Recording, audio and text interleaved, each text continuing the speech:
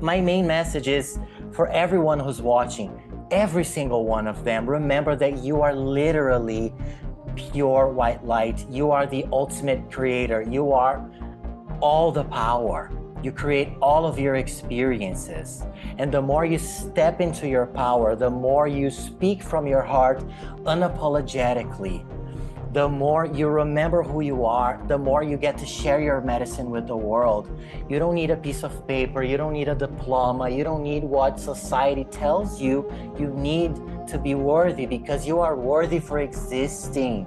You are literally one with all that is, one with source energy, one with God, whatever name resonates with you.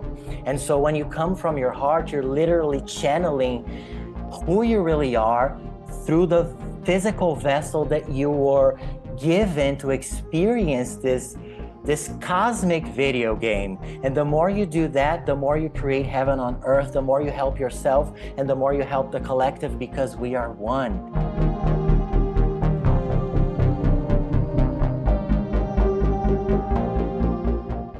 Welcome, modern day mystics, fellow truth seekers, James and Justin back again, and today we have another special guest with us. We have Fernando from his YouTube channel called Shifting with Fernando. Now he is a light leader who's guiding people back to their divine essence. Now this is the second time we've done this interview because the last one got destroyed in the ice storm. Yep. But the things we talked about were really awesome. It was a great interview. So we'll try to recapture the gold of that first time, and we'll get into some interesting stuff. So so we did the first thing. So now we're gonna do the whole thing again, right? Yeah. But we're not acknowledging that we did the first thing. We can acknowledge. I don't care. Let's laugh at it. It was funny. Maybe we can tell you a little bit of what was going on though. So when we were interviewing you, by the way, that was a great interview. I'm so sad that we lost the footage because of that. I was hoping I could recover it, but when it went dark during our first interview, we were not expecting what was going to be the next 5 to 7 days that was going on here, because it was pretty mild at that time. We had a storm come in, right? And it was just raining. But what happened was overnight, all the trees, it froze, and like some of the trees had 2 inches of ice on them on the branches. And so the weight of the ice on the trees was snapping all the branches off onto all the power lines. Oh my God. And so all over where we live in I guess the northern part of Ontario, across many regions, everyone lost their power because of broken hydro lines and snapped hydro poles. And we didn't know it, but we were entering into a five days without power. I didn't have power for 5 days. Tons of power outages. It started to rain after that, so nobody's sump pumps worked. Yeah, my basement flooded. Yeah. This room, there was water in this room. Yeah. Oh my gosh, you guys, you were in for a journey you did not even know was coming up, right? Oh yeah. We should put some pictures of it as you should edit in some pictures. Yeah. But I guess we can recreate the magic, right? It's a sign from the universe. It was meant to be, you know. We've lost stuff before, and I always say it's an infinite well of creativity. You don't ever have to worry about anything missing. Yeah, it will be even more fun this time around. You know what I mean? Yeah. Sure. Yes. Yeah. Well, anyway, with that said, we got that out of the way. We could jump into this. We could redo this. Fernando, I want our audience to know a little bit about who you are, your YouTube channel, everything that you got going on. So let's do it again. Let's hear the story. I want to hear about your journey. Perfect. So I'm Fernando. I'm a light leader. I guide people back to their divine essence. I help people remember who they really are as I keep reminding myself of who I really am. So as I teach, I learn, and it's a beautiful co-creation. The spiritual awakening has transformed my life from the inside out. And so on my channel, I speak about metaphysics, mysticism, reality creation, law of attraction, Ho'oponopono, all these beautiful things that are ultimately talking about the same thing. And I couldn't be happier. You know, I'm just having such a blissful time, doing all this. And it's an honor and a pleasure to be here with you guys once again. Amazing. And we're super happy to have you. So for people, hopefully I can jump right in with a question sort of like this. For people that really, you said the right words, I'm happy and I'm, this is working for me. For people that are like right away interested in that, what could you tell them to get started on this path so that they could find happiness and fulfillment the way that you describe? Well, so if they're watching this video, if they're watching videos on metaphysics, spirituality, they're already feeling drawn to this sort of topic. And so they have likely made a plan to awaken this time in this incarnation, because I also believe that we make plans. Like before we come to Earth, we make this huge plan of infinite probabilities of what's going to happen in this life when you come. And I believe some people plan to have an awakening and some people don't. For example, like if I think of my dad, I don't think he planned to awaken this time, And so if you're feeling called, if you're watching videos like this, you're having your own awakening, right? And so to find that, well, happiness is really who we are, right? It is literally our essence. And so finding happiness and taking the step towards, going back to your essence is about remembering who you are and knowing that you are not alone and that you are not separate and that you are the operant power. You are the ultimate creator. You create everything that you experience. And so when we begin remembering that, because we're not learning as much as we're remembering all of these things, because our soul never forgot a thing, right? So when we incarnate, the veil of forgetfulness comes down. We literally agree to play the game of amnesia. And so it's like we don't know, but we just mostly forgot it all. And so we're remembering more and more. So if you're watching this video, if you're watching more and more content on spirituality, you're remembering more and more, right? So it's more, I guess, to answer your question, is about following that voice, because that voice is guiding you back home, and home is happiness. Happiness is who you really are. And so follow that voice, keep watching the videos, keep trusting your heart, which is your intuition, and keep remembering that you are all the power and that all the answers are within. One of the big problems is that we're taught, like we're brainwashed, it seems like, from when we're very little to kind of like follow a path that someone else is trying to steer us down, right? And so to break that habit over years, because it's usually not till you become an adult for many of us that we realize that, wait a second, why am I even doing what I'm doing? You think that you chose this path, and then you wake up somewhere along the line and you're like, why am I doing this? Mm-hmm. So someone who's faced with that and they're already like the problem with this is that we set up lives for ourselves that others become dependent upon, that we become dependent upon, and then we end up in a place where we're not happy anymore. What do you recommend for those who are trying to shift out of that, and find a more purpose-driven life that's, more in tune with what's going on inside of them? Right. So you're tapping into the conditioning, right?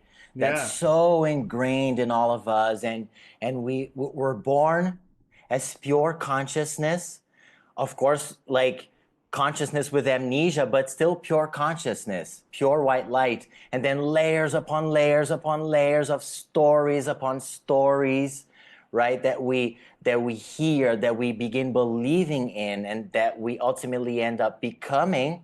We become the stories, we become the characters, right? So me as white light incarnating as Fernando, I begin identifying more and more with Fernando and what Fernando should look like and do, and how Fernando should behave, and what's right and what's wrong. And then we go to school and we're told what to do all throughout, right?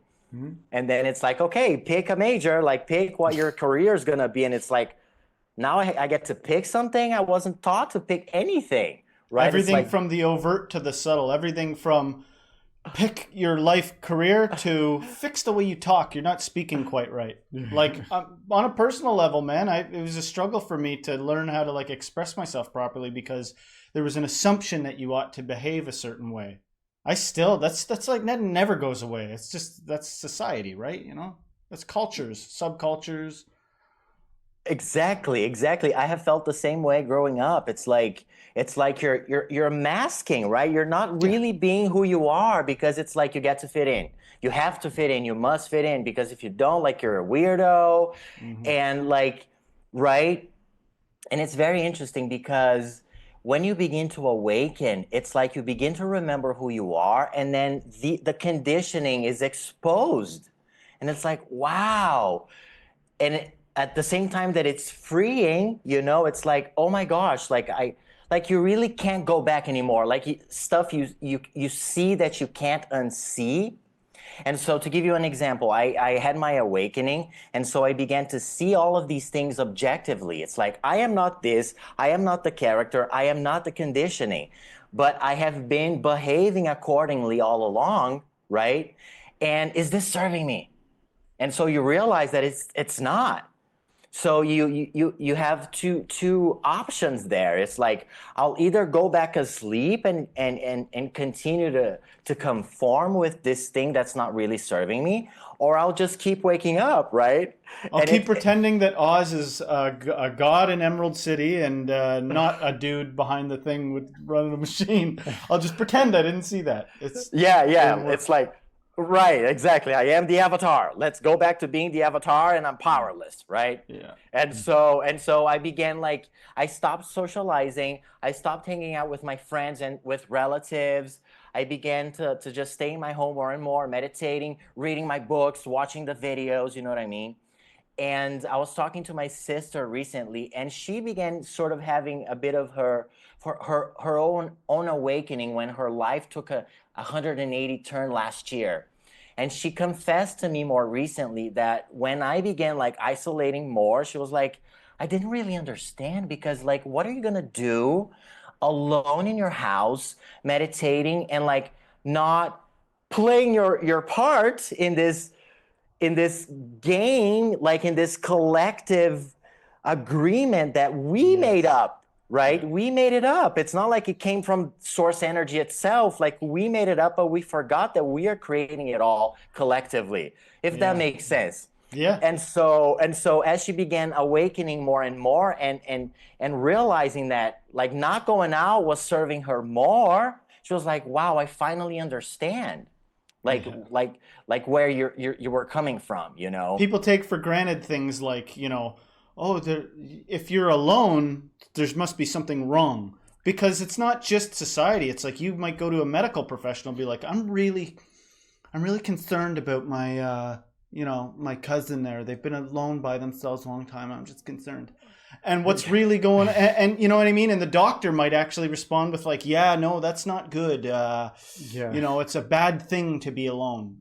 There's so much crap stacked on top of crap, and I'm not saying that there's not times where it isn't evidence of something bad, but in your case, in somebody that's like, look, I'm just trying to like figure out what's going on here. I'll let you know if I'm in danger. I'm okay. It's a different thing, and I think people struggle to understand that. Because our society literally has already pigeonholed it. Like, if you start trying to find spirituality, we've already framed that as crazy. So you can't even, you're going to talk to people like that, it's a cult. It's a cult, it's crazy, it's always wrong, right? Exactly. It's like you're supposed to keep behaving the way people have grown accustomed to you behaving. Yeah. So it's like if you become someone else, then like people are not comfortable with this new version of you. So they'll always pull you back into being who you've always been. And so we are creating this collective thing where we're keeping ourselves stuck. And this place of this collective creation is the one that reinforces separation, right? And so we believe that we must go out into the 3D world and do a lot more things in the 3D world, touching the 3D world, that we forgot is a projection, right? And so in this dormant state of being, we are thinking and believing that we get to continue going out there, and this out there is not even out there. And when you begin remembering that, like, my inner state of being is how I literally contribute to a better world, because we are the quantum field, right? I am you and you are me. Like, this is fundamental truth. And so even though it looks like you are there and I am here, literally, like when I close my eyes and literally go back to the fundamental world, which is the world of cause, the metaphysical world, right? Which opposes the physical world that we believe is the fundamental, right? When we go back home and like I think of you and I send you love and I send you blessings and I raise my vibration, I am helping myself and I helping you and I'm helping the collective, because this is the fundamental world. So if I'm alone vibrating higher, I'm contributing way more if I'm like playing a part that doesn't serve me and that lowers my vibration. But the conditioning will say that the latter is the better, right? Well, it's funny because it's all just stories, right? And imagine somebody literally reading a story and being like, okay, and then the 3 bears got to eat their honey. So you're stuffed now, right? It's like the first noble truth of Buddhism is that it's dukkha, right? Like there's suffering, it's unsatisfactory or whatever. You know what I mean? Like the world of chasing is unsatisfactory, and that's what you go out into the world to do. It's endless. It's a hungry ghost. And so when you go inward and you just see through it, you just see through that by sort of temporarily resisting it, and you go, what the heck is all this resistance? But you can also go out there and try to attain a bunch of things and see the emptiness there and be like, you know, I've accomplished a lot. Why is it not doing anything? Because you're serving a story. You're trying to feed the wall. It's not ever going to satisfy you. Exactly. And then people asked probably the most important question thus far, which would be like, well, then what is it? If it's not any of these stories, if I never going to satisfy fully, sustainably my carnal desire, then what is it? And that's what I want to ask you. What is awakening? What is it? Can we get a hearty definition? Oh man, it's this thing that can't really be defined, you know. It's this thing that you experience, right? I remember being in my living room a few months back, and I was looking into a wall socket, and I was just feeling. It was like it was fleeting, but it was so like present at that very moment. It was like, we are really all one and connected. It's like it's all in here. It's not out there. So awakening is about connecting more and more with this feeling that it's very fleeting a lot of times. Like, it's very hard for us to be incarnated and live from this place of knowing that we are the quantum field 24/7. You know what I mean? Because the body's trying to pull you back, right? Is it the body's trying to pull you back constantly? Yes, the physical experience, the 3D illusion, the illusion of the 5 senses, right? The 5 senses are tricking us at all times into believing the illusion. And this is by design. It's not like, oh, like the 5 senses, they're the enemies. No, we literally choose to come here, experience this life in a body with the 5 senses that trick us into believing it. It's by design. So this is what allows us to have this seeming individuated experience where I am myself and you are you, right? So the 5 senses are doing an amazing job at this. It's convincing us at all times. Like Einstein said, reality is an illusion, albeit a persistent one. It's happening right now. Literally, right? So the illusion is pulling us back all the time. So I think the spiritual journey is about reminding ourselves constantly that even though the illusory nature of this experience serves us, and that's why we choose to come here, when we believe it 100% and forget who we are, we create more hell on earth than than heaven on earth. So awakening is about living the 3D physical experience. It's not about like bypassing it and like escaping it. It's living it, but also bringing heaven to earth as we live the physical experience. And it's such a blessing. So awakening for me is like, okay, so I get to keep living this life that's beautiful, really. But now from a place, from a completely different place. It's not from a place of playing the victim and feeling separate and meaningless and powerless. That's how I felt. I expected the 3D world to give me all the answers. It's like, who is going to tell me what's right and what's wrong? So I remember I was never really into politics, and today it's like zero. I don't watch the news. I don't pay attention to it at all. But I remember thinking, so people on the right are saying something, people on the left are saying something else. Who is right? Who is going to tell me? I felt so powerless, and I depended on the 3D world for answers. And you feel lost when you do so, right? And so awakening for me was like, wow, it's not about that. It's about going inwards and remembering who we are. I love when awakened like masters start listing, like it's like I would imagine to a lot of people it'd be kind of a downer of a list, but they're like, nothing's gonna change. The world around you, you know, it's gonna start shooting sunshine out your butt. You're not like, all these ridiculous things aren't gonna happen. The world is still the world. You're still here. Like, I love when they get that out of the way, because I think people sometimes imagine they imagine all kinds of things prior to actually having an experience of it. And it's just nice to have somebody that doesn't try to fish hook you into some kind of experience sometimes. Okay? Like, I still agree that it's good and all that. But a big aspect of this seems to be detachment. Like, detachment from the outcome. Like, I always wondered about verses in the Bhagavad Gita and stuff that would be like, you know, do your work, but let go of the outcome. And I was like, that's ridiculous, man. Like, that's such a... And from the ego, that is 100% ridiculous. It's like, I'm doing it for an outcome.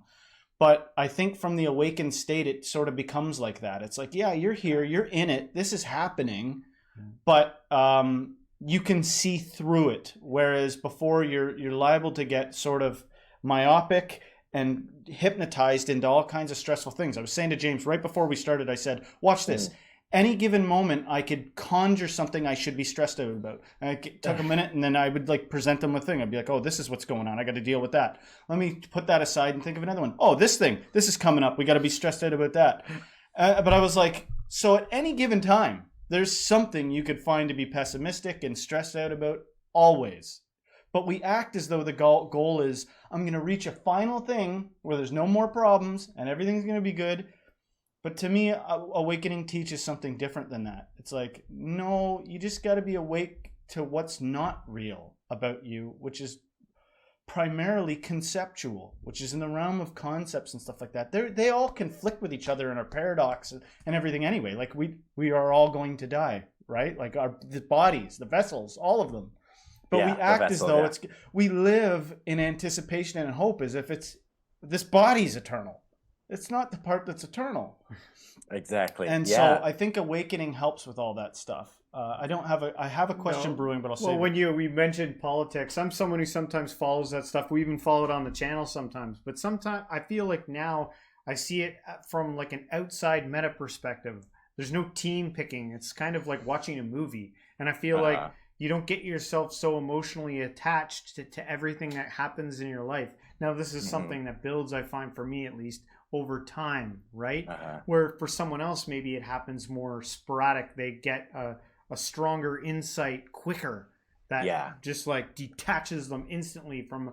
my experience seems to be more gradual from what I'm going through. But for the people that you talk to, like, what do you teach them in terms of like dealing with the situation of the external world and the insights that you've, you know, discovered on awakening? How do you teach them to deal with these things? Wow, so many interesting stuff that you guys just brought up there, the ego association, right? I mean, I could go on and on and on and on about the ego thing alone, and now we're talking about what Politics about again.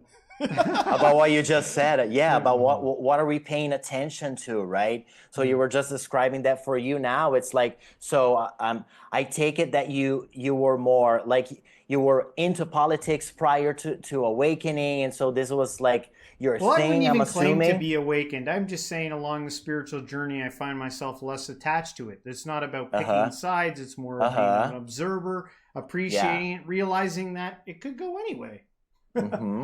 Yeah, so for you in your gradual journey, as you were describing, like there was a shift there. Yeah. Like in how you consume that kind of content, how you engage with this kind of content, and now it's more detached, it's more neutral, right? You resonate with it, so you approach it differently, and that's your thing, and that's cool, right? I mean, we get to follow our hearts. We are the inner compass, right? We have all the answers. Is this resonating? Is this making me feel good? If that's the case with you, then by all means, right?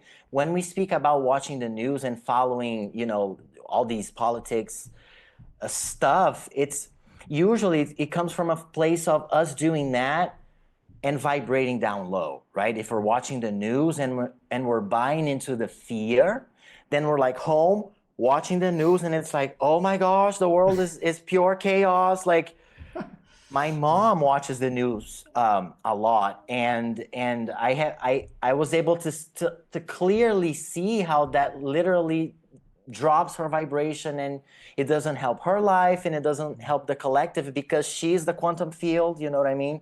So if we're watching the news to feel terrible, then you're not helping yourself, right? And There's so many weird byproducts from that. Like if you whether it's the news or it's just kind of doom scrolling. Yeah, doom scrolling, Exactly. or just even like media that has a lot of dark themes to it or something like that, like a lot of like violence and evil and grime.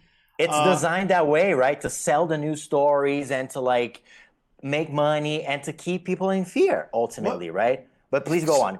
Some of the things that happen are, people end up, you can get addicted to anything. You can get addicted to sugar, you get addicted to food, you can get addicted to thinking, to fear.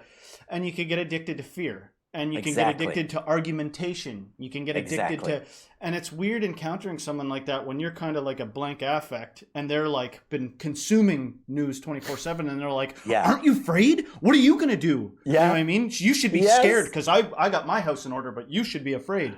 And you're like, I don't want to fight with you. Like, I don't want to argue with you, right? But it's like vampiric. It spreads, right? And so I've also, I think, seen people that unplug from that for a little bit and their mood tempers down and they actually get more sensible. I've noticed that for sure. There's multiple aspects to that sort of thing. There was more I wanted to say about it, but I forget it now because I went on too long of a rant. I can totally relate, but like just... Well, keep thinking about it. I'll just see if I can finish to answer James' question about like how I address this, if I'm talking about watching the news. So you might encounter people who are like totally into the illusion and believing in separation, and they might be telling you what to do because, the conditioning and the fear, and you might not be in that same place. You can literally have two people standing on Earth, the planet, it's the same planet, but person A might be living in one world and person B might be living in a completely different world.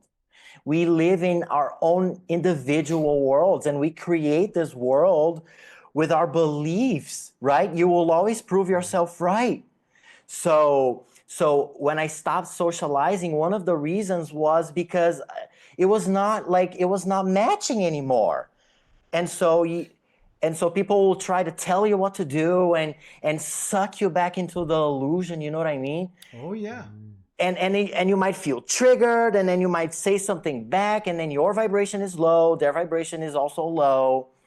And so what I do is I don't pay attention, and if I see that I'm getting sucked in, I turn my back and I send them blessings and love, and I do Ho'oponopono and I clean on it, because the moment we engage with the negativity, we are becoming it.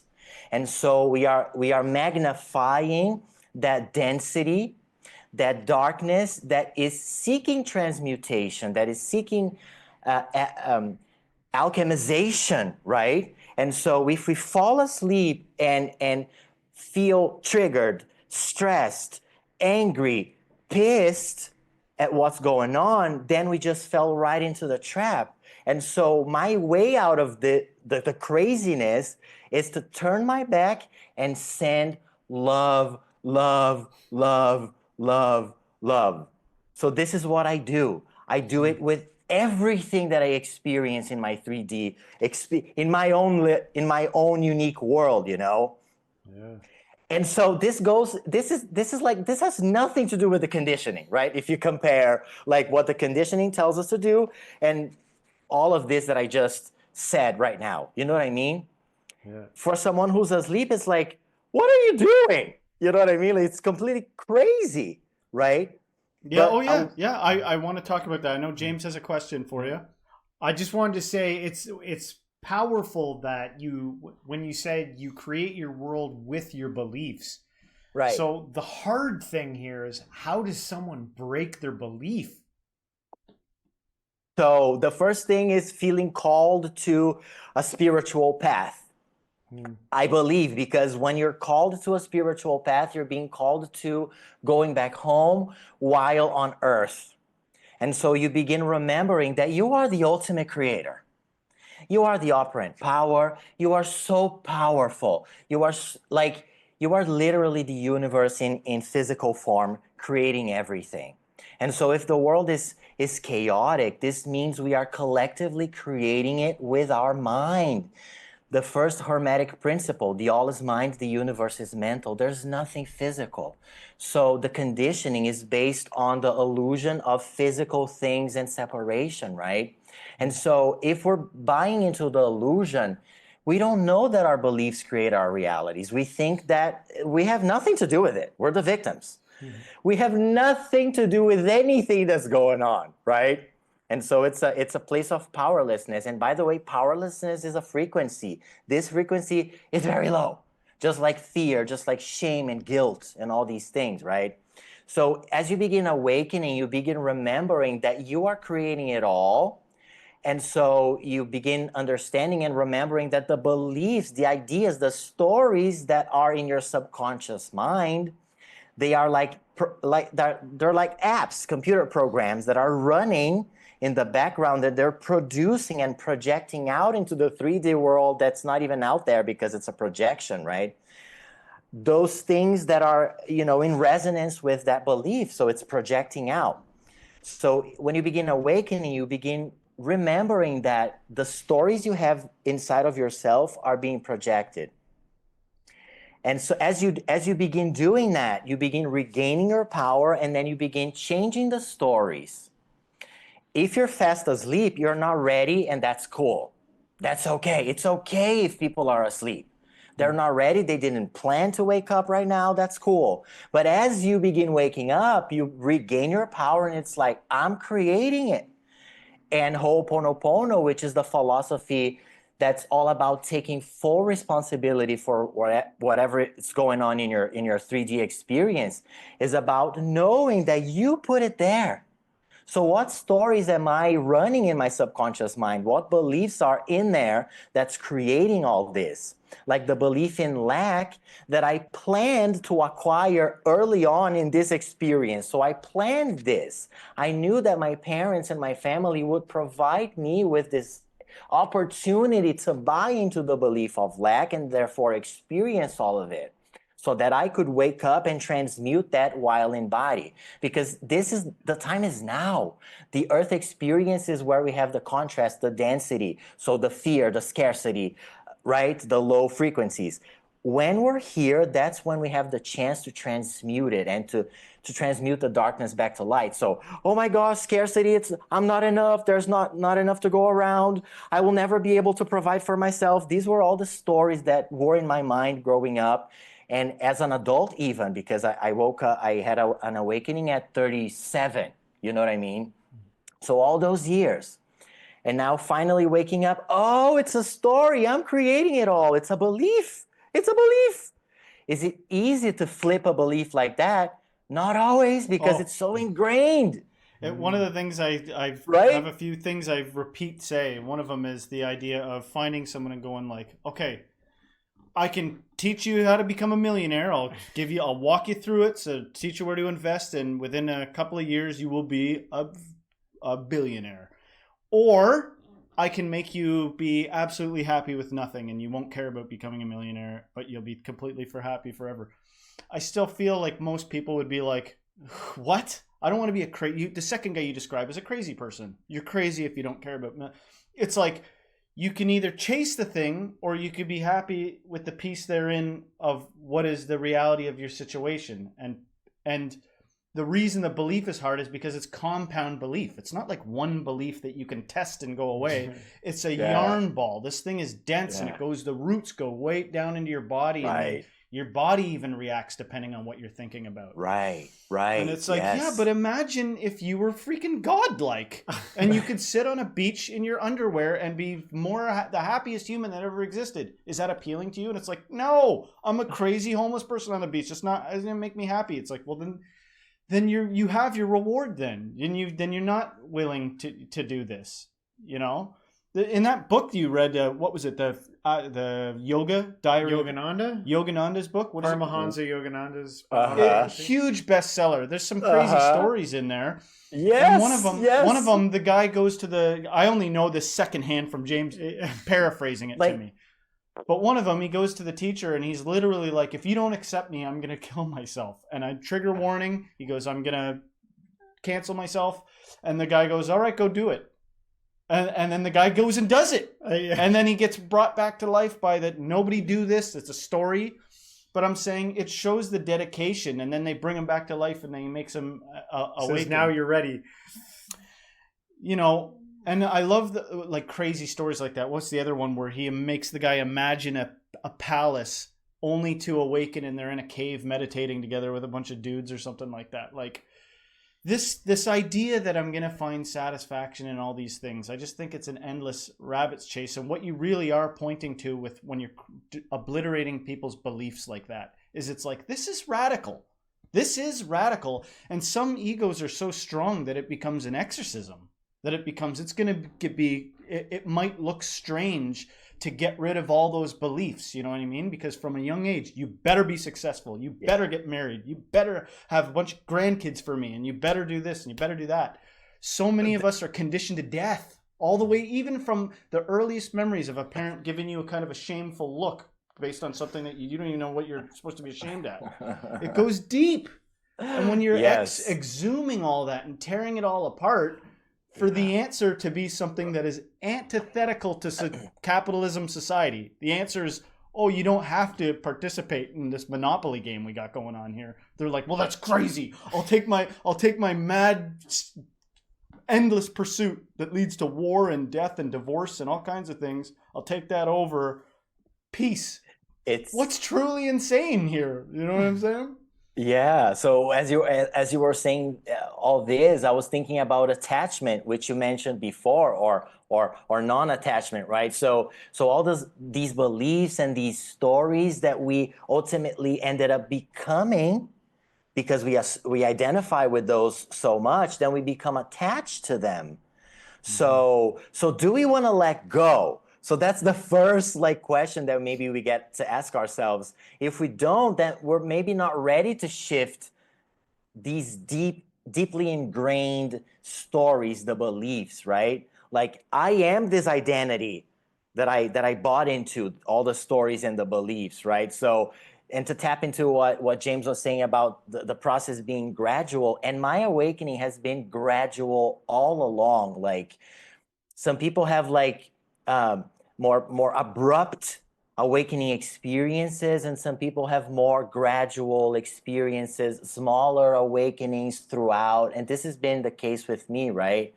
And so if you're not ready, you're not going to let go, right? Like, because if you let go of those beliefs, like, who are you, right? Without Maybe you them. could say a prayer, like for somebody that's curious about this and they're worried about it being too dramatic and instant. They could be like, you know, I don't know what I'm doing here, God. Like, maybe make this, however this is supposed to go, don't shock me into insanity. Or maybe they could say, Right. you know, I want a more dramatic case, so let's do this. Let's have a party here, and I want to Your word. overnight. But I mean, a big part of this is realizing what we've talked about is this: the same one searching for awakening is not the same one that gets awakened. The searcher isn't the thing that awakens. Right. The searcher is like the dream. You know what I mean? Is like a facet of the dream.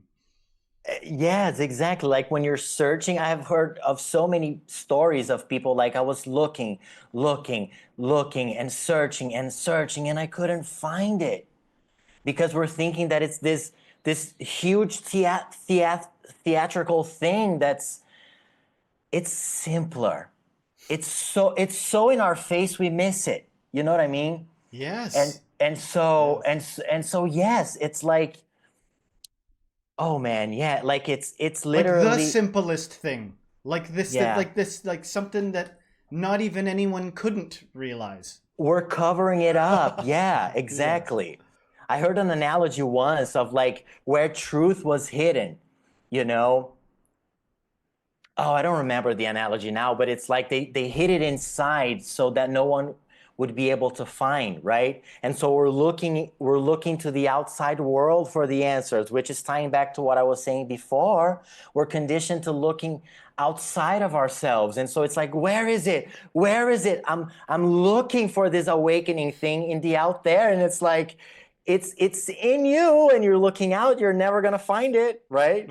And so talk about an illusory experience, right? Yes. It's And so amazing that the ego constructs itself in such a tricky way, really, because you can kind of get quiet and present, and sort of like awareness starts to become aware of itself within you, and the yeah, ego quiets the hell down, but then the yeah, ego yeah. reintegrates, comes back together, and it remembers that as an experience that it then tries to get back to.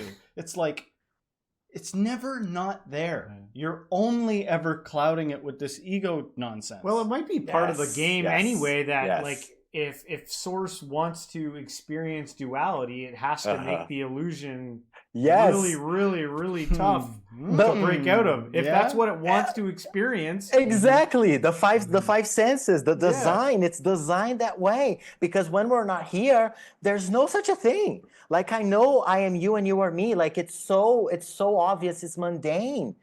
And so it's like, and we have eternity to be drifting in pure unconditional love, knowing that we are one and that we are total connection itself, pure love, pure white light. And so we're like, you know what? I'm a little bored.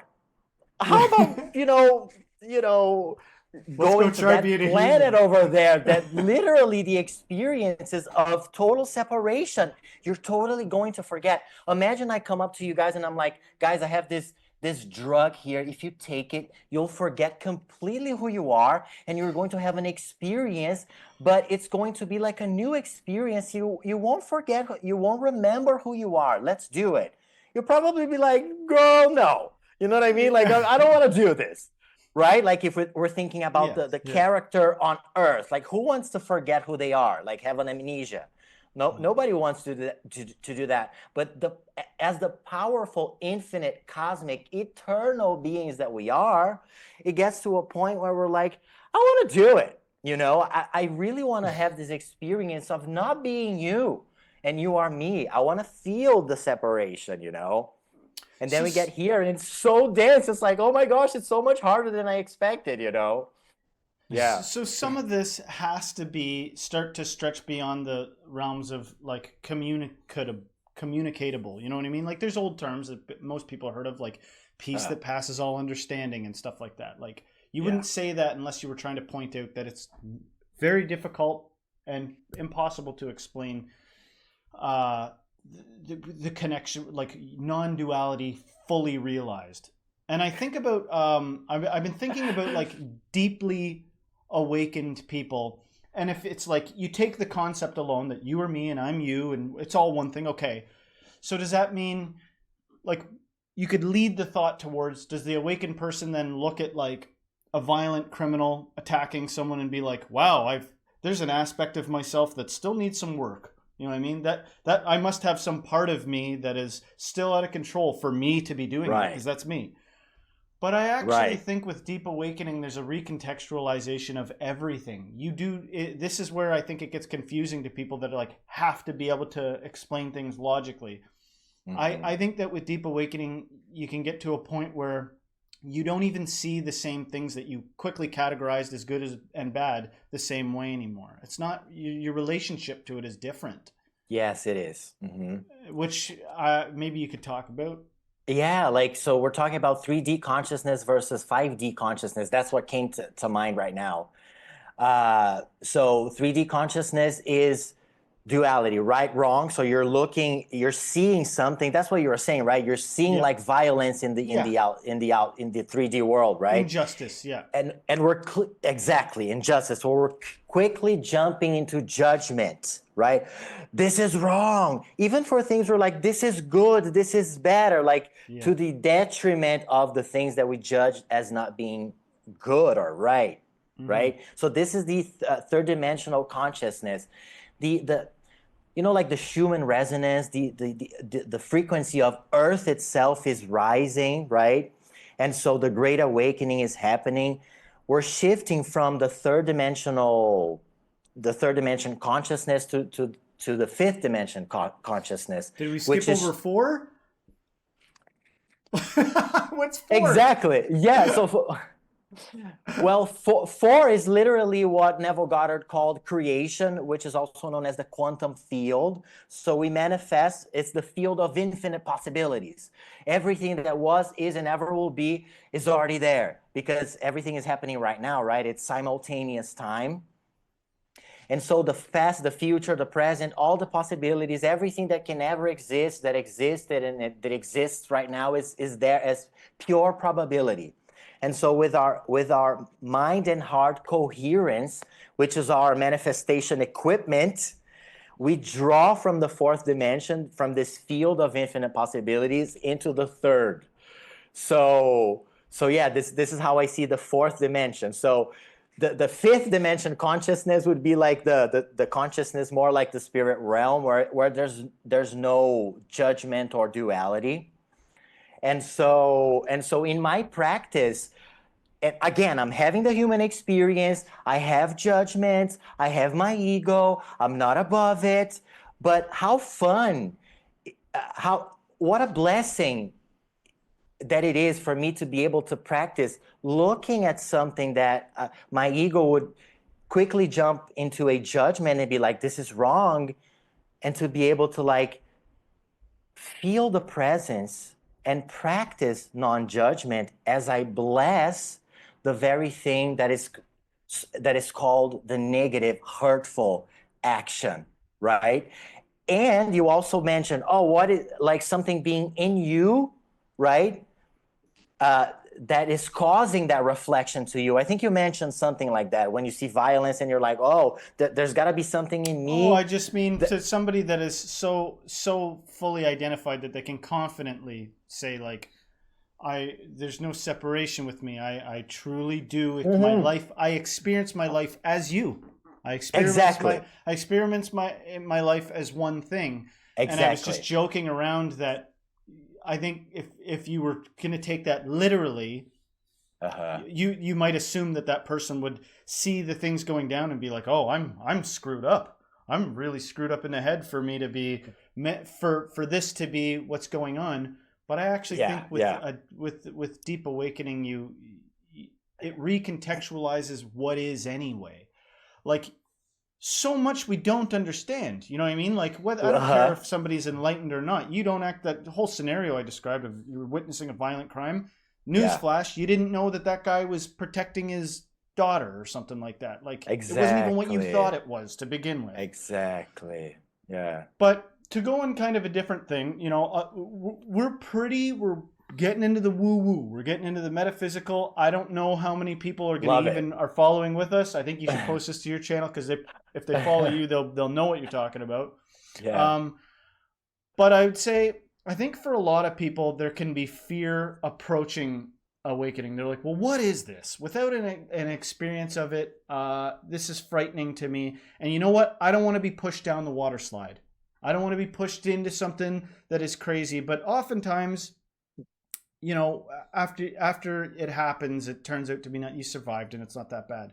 But besides the point, the thing that goes away is the thing that's fearful to begin with, in my opinion. Like the thing that will pass away is the thing that's afraid to pass away at the end of the day. Like, when this is over, the only reason there is not to be afraid of like the ultimate like physical death as a human is because the thing that's dying here is the thing that's afraid. It makes it a problem to begin with. That's what's going away.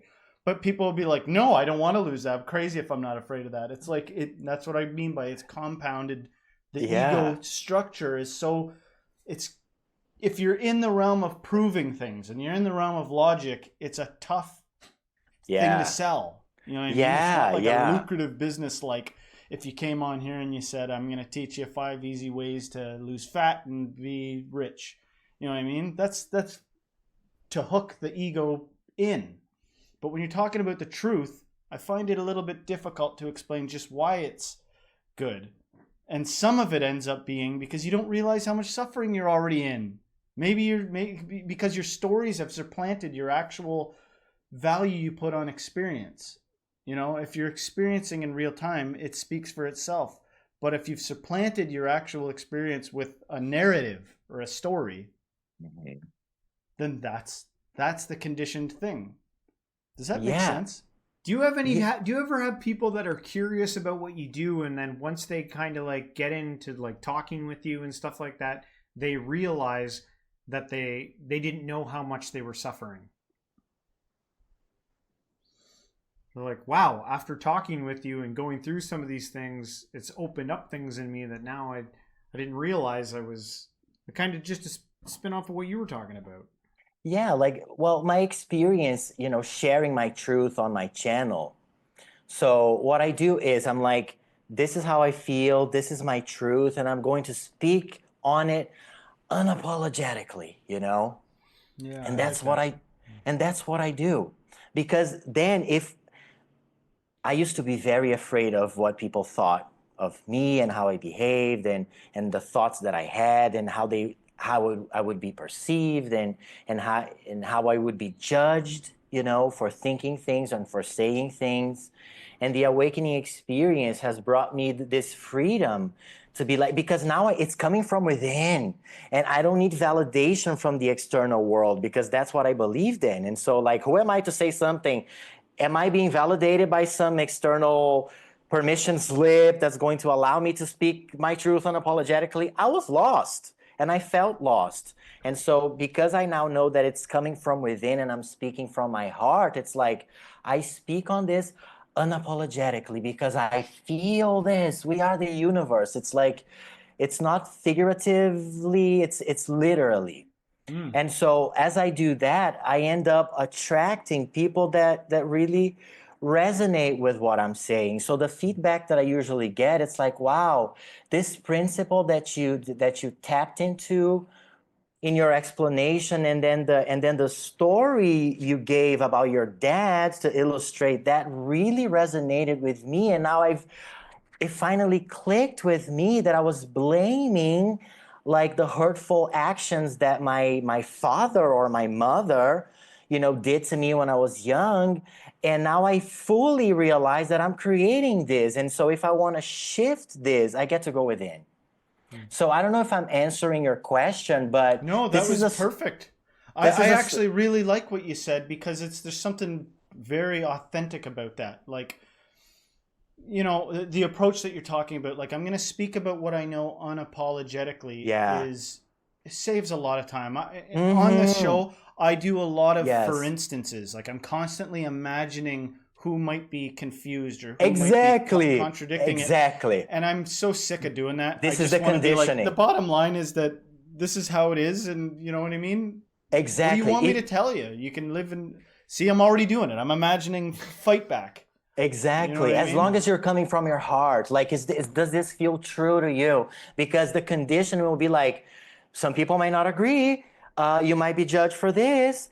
What if they have a different opinion? And then we're not being who we really are. Like, we're creating too many filters. I was the king of masking. I was so good at it because growing up and feeling insecure and feeling powerless and feeling meaningless and feeling vulnerable, really, like, oh my gosh, my survival sense of being is threatened. Like, school for me was so horrible. And so I created my own prison cell, right? And so when you don't speak your truth unapologetically, then you're not really sharing your medicine, because there's medicine in you. There's medicine in all of us. Like, when we're coming from our heart, we're channeling spirit. And this is our medicine, and your medicine is unique because your frequency is unique. No one has the same frequency as you. You know what I mean? It's like your fingerprint. And so when we're creating filters, then we're just watering down our medicine, and our medicine is divine. And so the joy that I get by speaking my truth unapologetically it's so amazing. And so I get to also practice, if there's a negative comment, if there's someone who doesn't agree, as I mentioned to you guys before, that I had another channel before, and I was so afraid of the comments, and I made myself a hostage to the people and the negative comments, and that affected the way I created the content. So this time around, it's like, if I see something negative, instead of like, oh my gosh, I'm not enough, I'm not worthy, because that's how I felt before, it's like, this is my truth, and I get to speak it unapologetically. They're pointing something out. Are they being rude to me in this comment? Let's flip the script. What part of me is being rude to myself? You cancel out victimhood when you do that. Oh man, it's the way out of hell. So you share your medicine, you're not afraid anymore, you're helping more people, you're attracting onto you the people who are on the same resonance, because we are antennas, right? And so when we're coming from our heart, and like, it's about alignment. Oh, it's about alignment. I tried at so many different things prior to doing what I do today. And it's like, none of those things actually succeeded ultimately. And now when I look back, it's like, it was out of alignment. That's why. So we got to get real about something here. It seems that for most people, unless it's a spontaneous enlightenment, unless it's something spontaneous or miraculous out of nowhere, it seems like for most people on this path, a solid thing is that there's going to be some deconditioning or deprogramming or breaking of the illusion of things. Because, you know, I used to give this example I used to talk about this example where, like, what if you encountered somebody that was really enjoying themselves, but you looked at them as something to be pitied? You know what I mean? Like, they had some infirmity, and they're having more, and they're having a ball. They're having more bliss than you've ever even known. They're in nirvana. They're the Buddha right now. And but you're actually repulsed by it. Mm-hmm. That's an aspect of this, which I think, like, not to get negative, has a potential to, like, frighten. You know, it has people are familiar with fright. They know what fear is. You know, when you have fear, most people walk around trying to project that onto somebody else. Like, here, you shoulder some of this fear that I have. It's round and round. But sorry, I'll just wrap it up with this, and then you can respond. Yeah. It seems like a big part of this is deconditioning to make room for the reality of the situation. Is breaking the illusion apart. Exactly, and to help break that illusion. So if you see something, the guy's having a ball, and you're like, oh my gosh, I'm so triggered. Let the triggers be the guides. So again, it's your mind projection, it's your video game. And so I'm triggered by this. The conditioning says, point a finger, touch the 3D, and make that projection change so that you can feel comfortable. Yes. You're going to get lost and more lost in the game, and you're not going to create heaven on earth. And so the moment you flip the script and you're like, let the triggers be the guides. Why am I triggered by this? Why am I repulsed by this?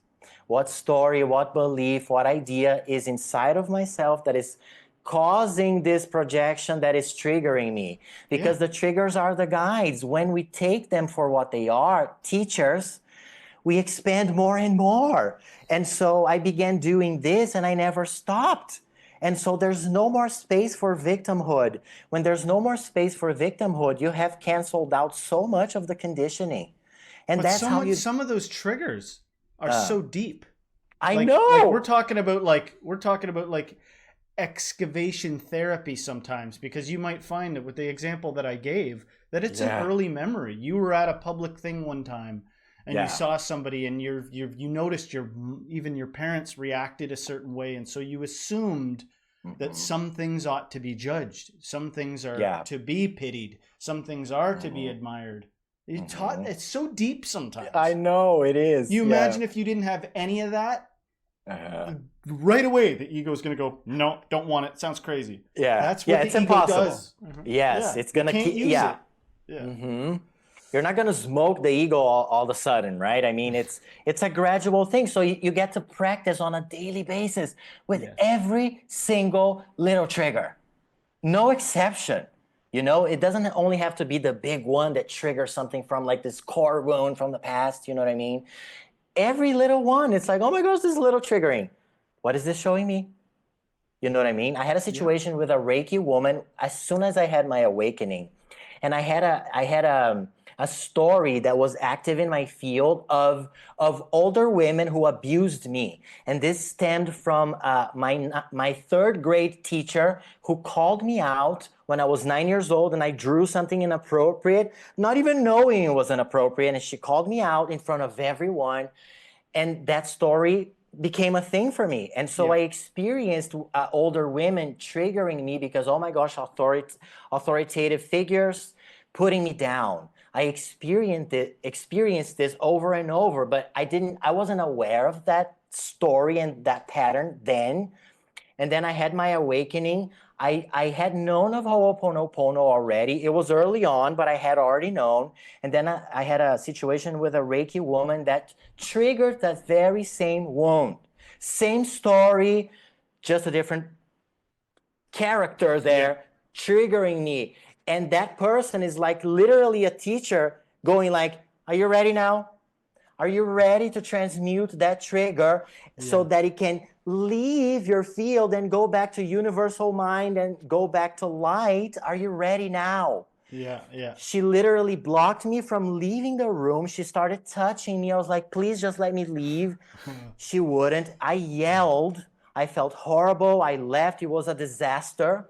Like energetically, it was too much. I remember going back to my car and I was like, my ego was like, you have to fight back. You have to fight back. You have to destroy this woman. She's a monster. And I was like, no. Ho'oponopono. I remember being in the car. I'm sorry. Please forgive me. Thank you. I love you. I'm sorry. Please forgive me. It's my reflection. It was painful. It was not easy.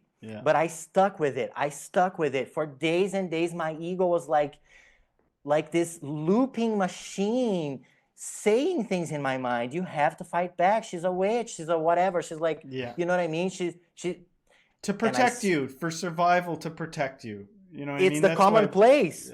Like the ego reinforces the separation, right? She's attacking you. She's your enemy. No, she's a teacher. And so I stuck with it. I cleaned on it. I literally was able to like send her love and like, thank you for the lesson. Thank you for being the teacher to present me with this trigger so that I could finally clean on it.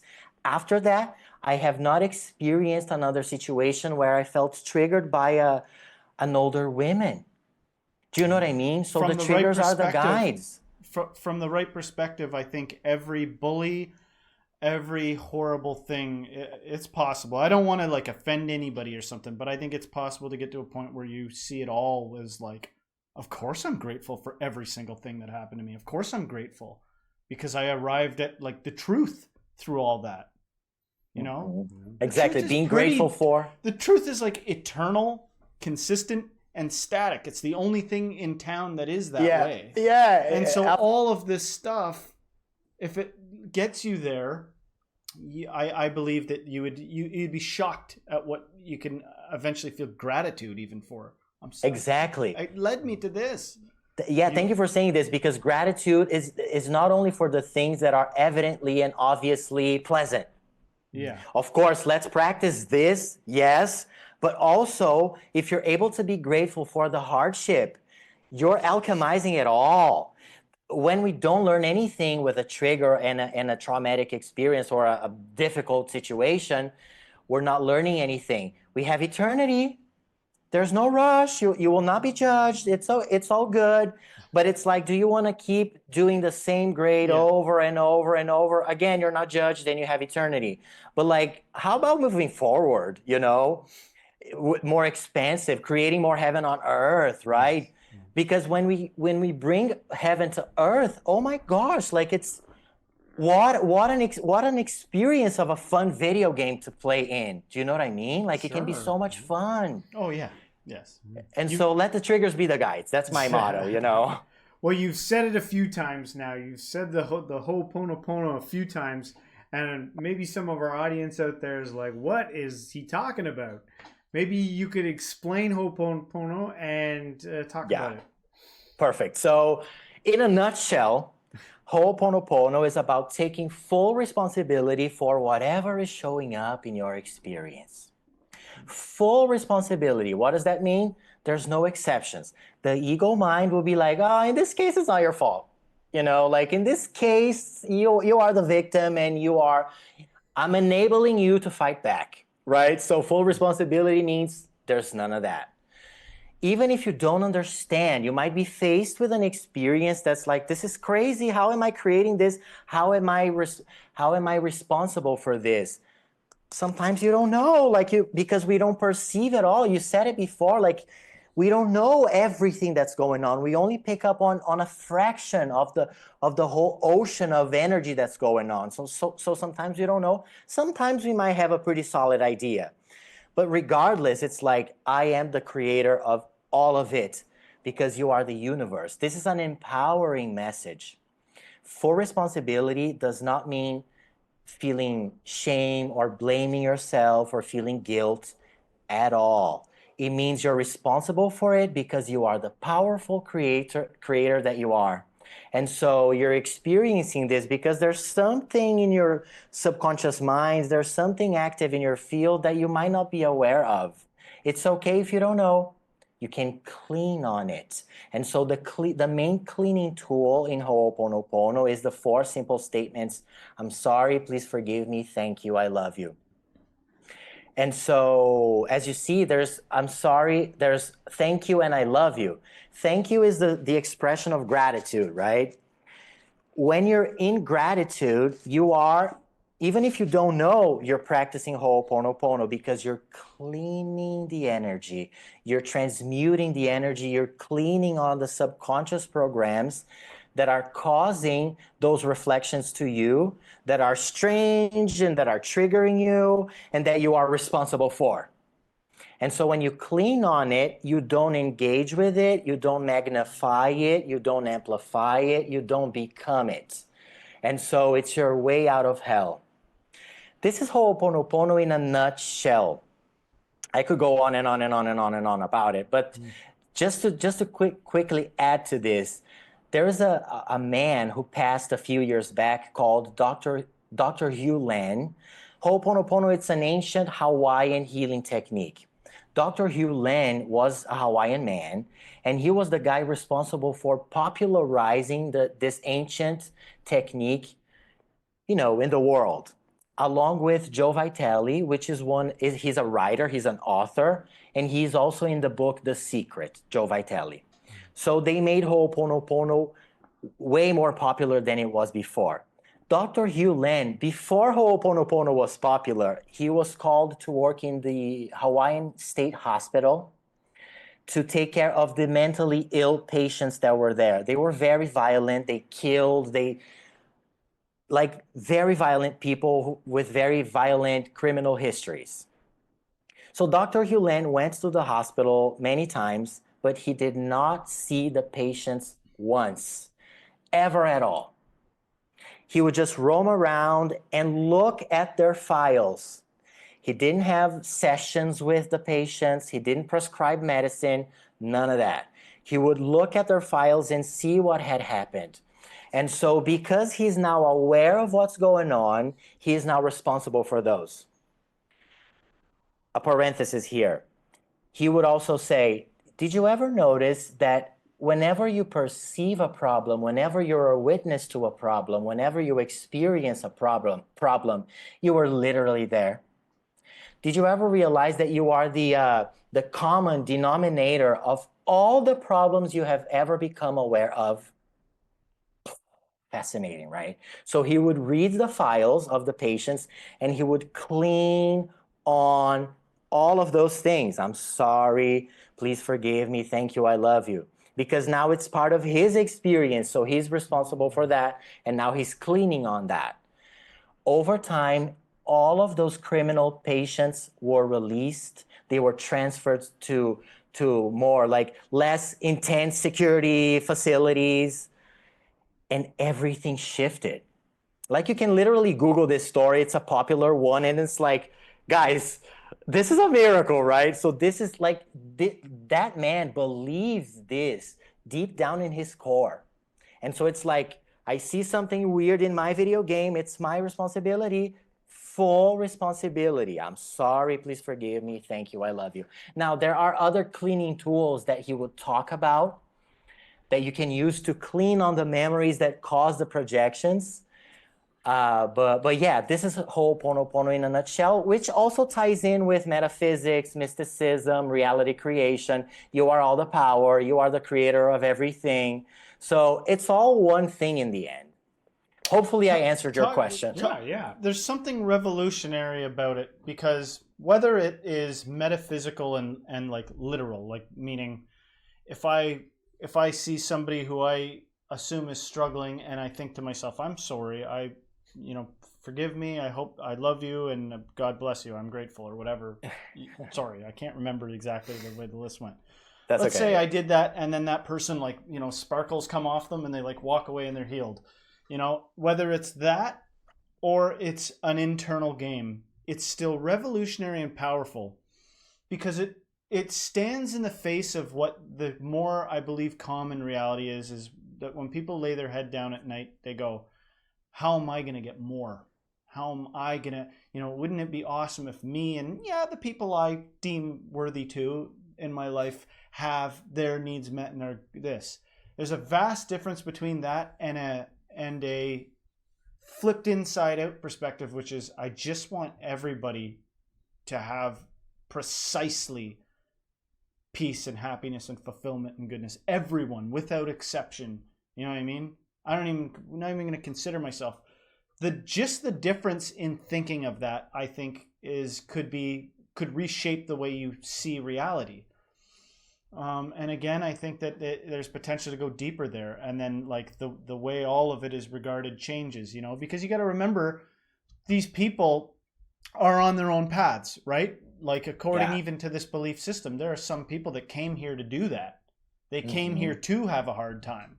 Yes, exactly. It's a soul plan. You know what I mean? And we might talk to you in 10 years and you'll be able to snap your fingers and, you know what I mean, make things appear before our very eyes if you stick with this stuff. But I'm saying by that time you might realize, no, it's not the way. They need to do this. This is important for the development of the entire thing. This is on purpose. All these exactly. All I think you're on purpose. I think you're touching on the idea of trying to fix the 3D world, right? Through a practice like this, right? From a limited egoic perspective, with an infinite amount of assumptions. There's so many assumptions in it that things ought to be a way, or if you knew anybody on Earth had godlike powers, if any one human you were like, that person's actually got for real godlike powers, you'd be well, what are their values? What if they were like, women shouldn't work and men should? You'd be like, this is a nightmare. You know what I mean? Everything is so situationally specific. You never know what the real reason behind any of this stuff is. Exactly, and this is everything to do with pre-birth planning, right? So the plan that you make prior to coming to Earth, and you plan all the hardship, all the trauma, all the abuse, and everything in between. And so one of the things that both Dr. Hugh Land and Joe Vitale talked about regarding Ho'oponopono is that you don't do it to like fix the problem and get the immediate result, which is what the ego loves to do, right? Yes. And so let me apply this so that I can manipulate the 3D. So Ho'oponopono comes from a different perspective. It's like I'm going to clean on my memories because I perceive of it, so it's part of me now. And so you do your thing, and then the video game will realign in the best in a way that's for the highest good of all. It's always for the highest good of all. And so if you have an intention to manipulate and you have your own agenda, then it's like the ego trying to touch the 3D, and it'll probably not work, you know? I remember Joe Vitale telling this story that his mother went to the hospital. She was brought to the hospital. She was like in a very difficult situation. The doctor said she was going to die or whatever, and the whole family was taken to the hospital. And he remembers like going, "Oh my gosh, this is tough. It's my mom." He said, "I sat on a chair and I closed my eyes and I began cleaning, not to try and like fix the situation, but to like realign my own instrument." That's what he says. I did that. And then like my mom was suddenly feeling better. The doctors released her and she lived 3 more years. But he was very specific about him not doing it in order to quickly fix the situation. He was like, I'm working on myself. So I think there's a difference. There's a difference there. And so you clean on your memories, you do your part, and you allow the universe to take its course. If it's time for his mom to pass over, then she's gonna do it because she has her own plan, right? And so you're not there to change the divine plan of the other beings, right? And so, yeah, hopefully this... You're just covering your responsibility in the matter. Yes, you're doing your thing from a place of love, not from a place of manipulating the 3D. You know what I mean? Do we have time for one more kind of question? Sure. So it's kind of a mix of a question and a statement. And I was just thinking about, you've been so patient with us. We destroyed the last footage and we've gone through a whole nother thing. Not at all. It's been a pleasure. You've maintained a palpable glow and happy demeanor. And it makes me think about how I used to think of, like I'd be watching Osho or I'd be watching Eckhart Tolle or something. And in my cynicism, I'd be like, it's an act. Just, you know how long magicians practice their act so that they can pull something off? It's an act. They're not that unperturbable. It's impossible. I couldn't conceive of how it would be possible to be unperturbed like that. And to this day, I kind of like to find out the reality of them. Like I like to find out secret things about enlightened people that make them more relatable. Like they've got some chronic issue. I'm not happy they have anything bad, but it makes me realize the complexity of this whole thing, that even after awakening, you're still subject to death. You're still subject to reality. But I wish everybody health and happiness. But that being said, what is it about somebody that is awakened where they could be facing someone screaming right in their face, and they're not going to do the typical thing, which is like, I would never let somebody punk me like that. They're not doing that. They're acting from a mature place. What is it? What could you say to somebody that was sort of like a earlier, version of me, thinking they've just tried really. They've just spent time. They're going to be like, this is how my mannerisms are going to be. I'm going to make sure to say everything slowly. And they've stuck to it. Because that's not what's going on. That's not what they've done. They haven't although their character might just be a character that they happen to have, the non-reactivity, the non-impulsivity, what is up with that? Because it's eerie. You know, all of us, our eyes are darting around. You look at them and they'll sit like this for 2 minutes. All of a sudden he's talking. You think they're a statue, and then they'll blink again. What is with that?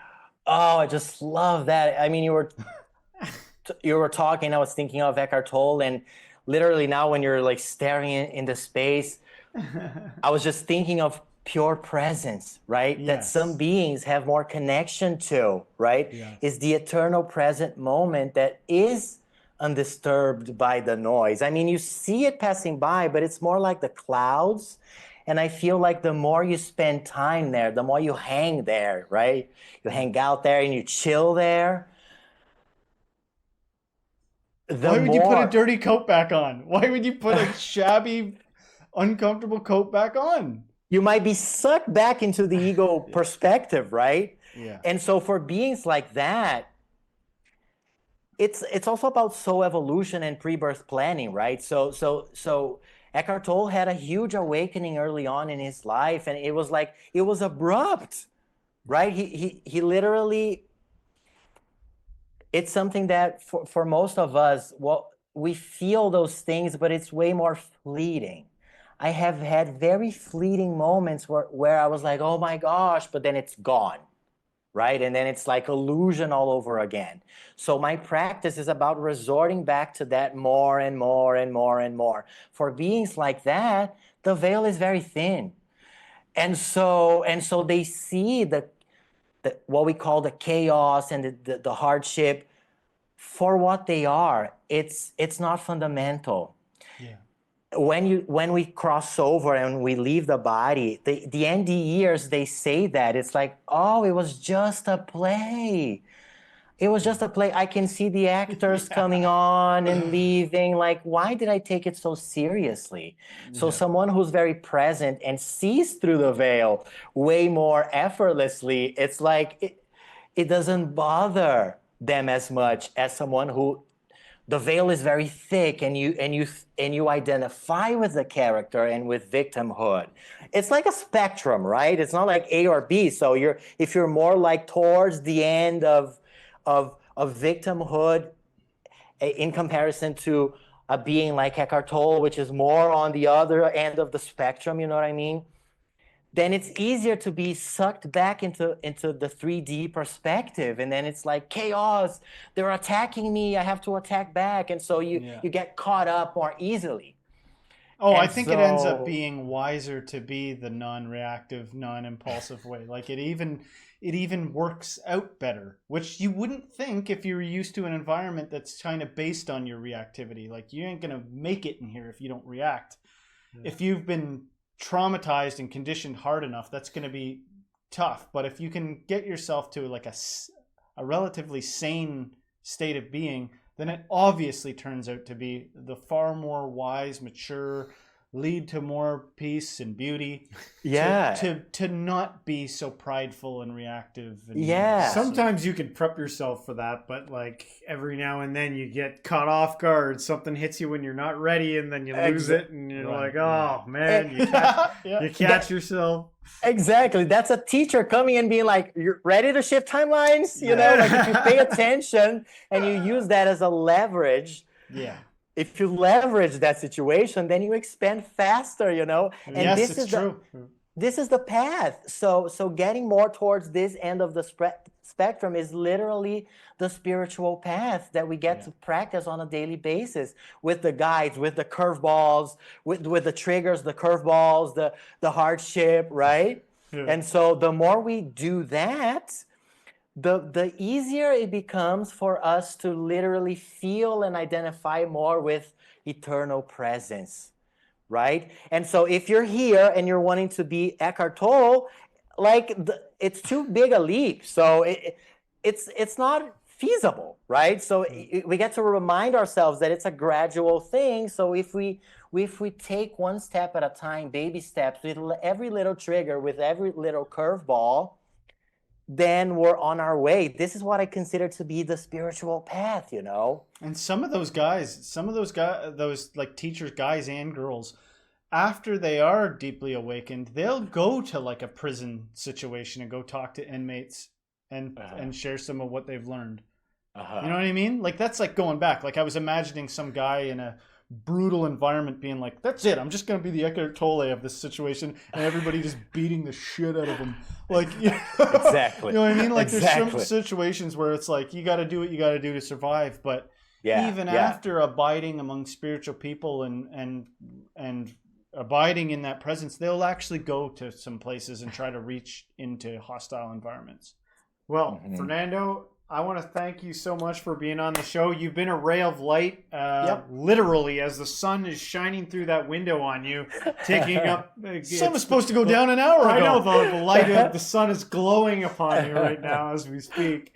Before we close out, maybe Thank you so much. You could maybe share with our audience, maybe one more time, just kind of your overarching message, and then close it out with letting them know where they can find you, what you got going on, and all that good stuff. Perfect. You guys, thank you for having me. This has been such a pleasure. It's an honor to be here co-creating this delicious experience with you guys, right? I mean, I could be here all day talking about these things. This is what lights me up, you know? This is what helps me walk this path with more confidence and with more love and with more light, you know what I mean? I couldn't be happier. And so my main message is, for everyone who's watching, every single one of them, remember that you are literally pure white light. You are the ultimate creator. You are all the power. You create all of your experiences. And the more you step into your power, the more you speak from your heart unapologetically, the more you remember who you are, the more you get to share your medicine with the world. You don't need a piece of paper. You don't need a diploma. You don't need what society tells you. You need to be worthy, because you are worthy for existing. You are literally one with all that is, one with source energy, one with God, whatever name resonates with you. And so when you come from your heart, you're literally channeling who you really are through the physical vessel that you were given to experience this cosmic video game. And the more you do that, the more you create heaven on earth, the more you help yourself, and the more you help the collective, because we are one.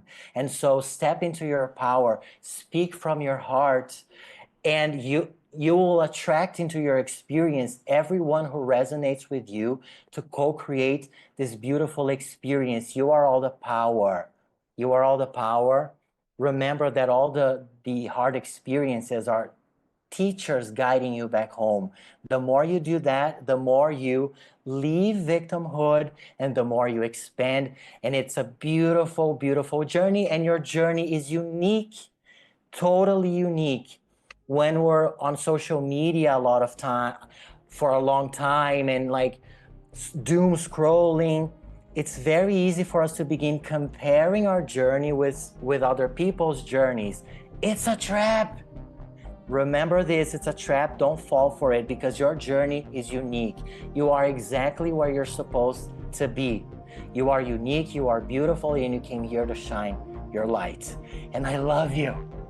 So you can find me on my channel, Shift with Fernando. This is my actually one platform. That's where I share my content and my message.